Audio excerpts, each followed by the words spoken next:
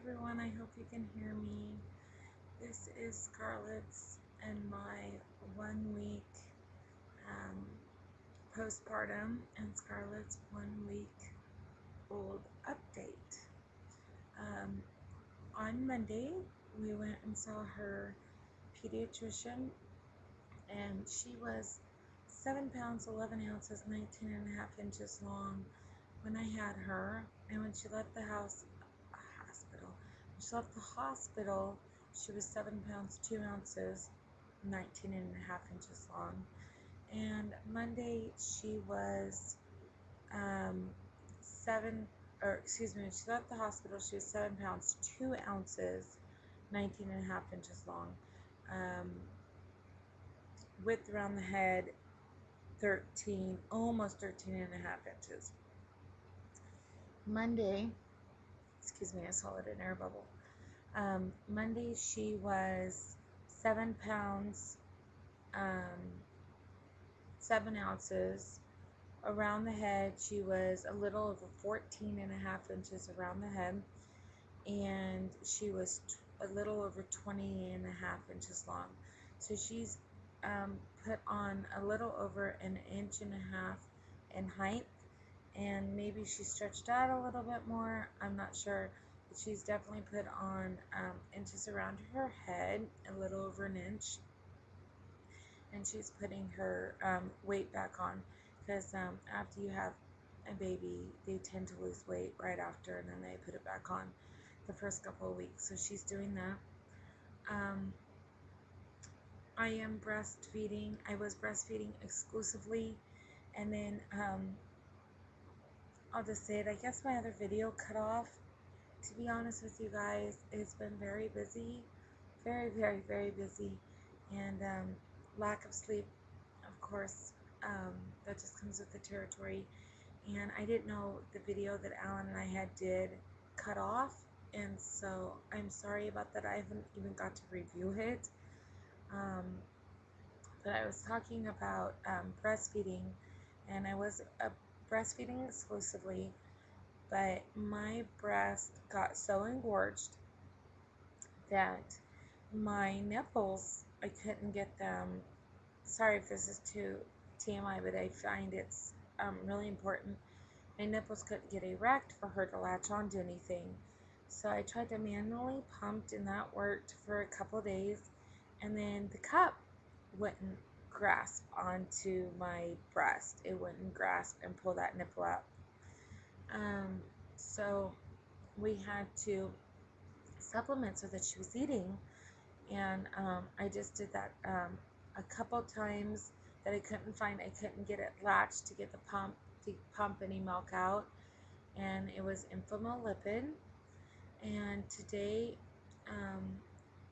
my mom went and picked me up a breast pump, just because it was over there by where she worked, and we live an hour from where she works, and so she picked it up for me. An Amita double electric breast pump. The reason I chose Amita was because the hospital gave me the kit, the hygienic kit that had the manual with it.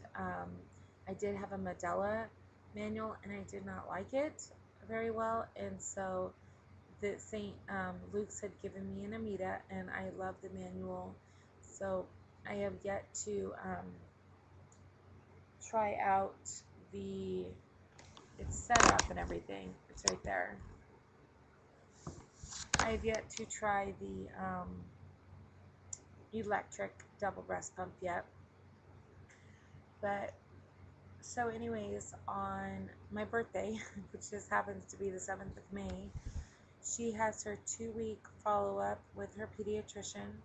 I also have my follow-up with my obstetrician, my OB, for the delivery of Skarlett, and I have 57 stitches down below.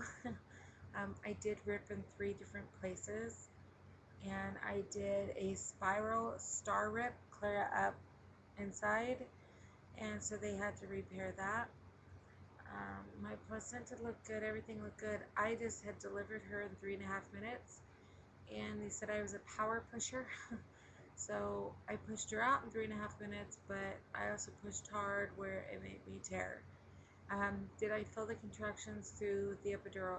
Yes. I actually told them when the contractions were coming way before they could even tell me by monitor, just because I felt them. I will tell you guys now that I'm not so tired, this labor and delivery, even though I had one shot in fentanyl and they had a very low um, thing of epidural, but it was, I don't want to say a piece of cake, because for you guys, for you women that had a hard delivery, it's not a piece of cake. But when you've had as many stomach surgeries I've had, and you've had toxemia, that by far was the worst pain I personally have ever been through. That was very, very, very, very painful to have a blood infection in your body. And that by far is probably the worst pain.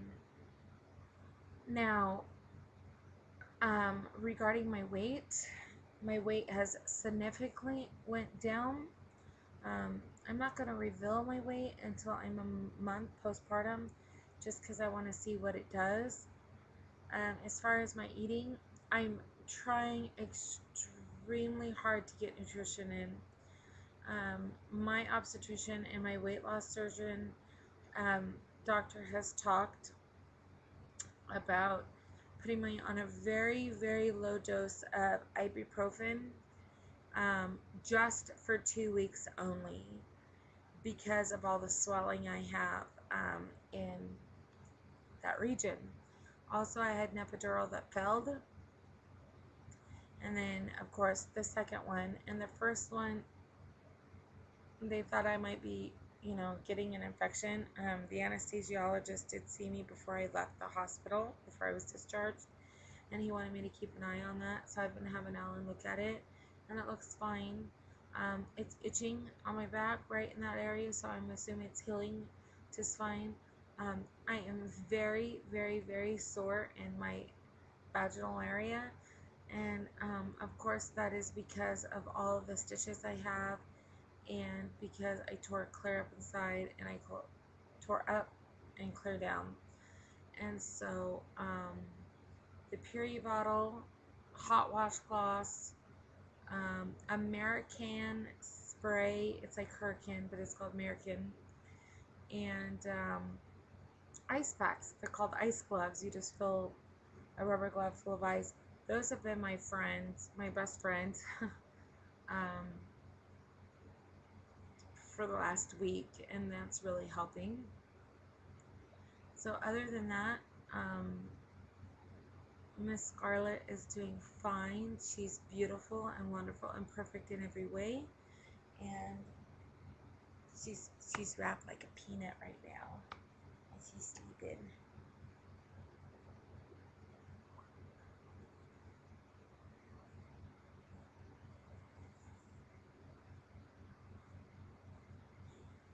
Here's Miss Skarlett. I don't want her head to go forward. She's sleeping. She's a sleepy girl. Hi, sweetie. There she is.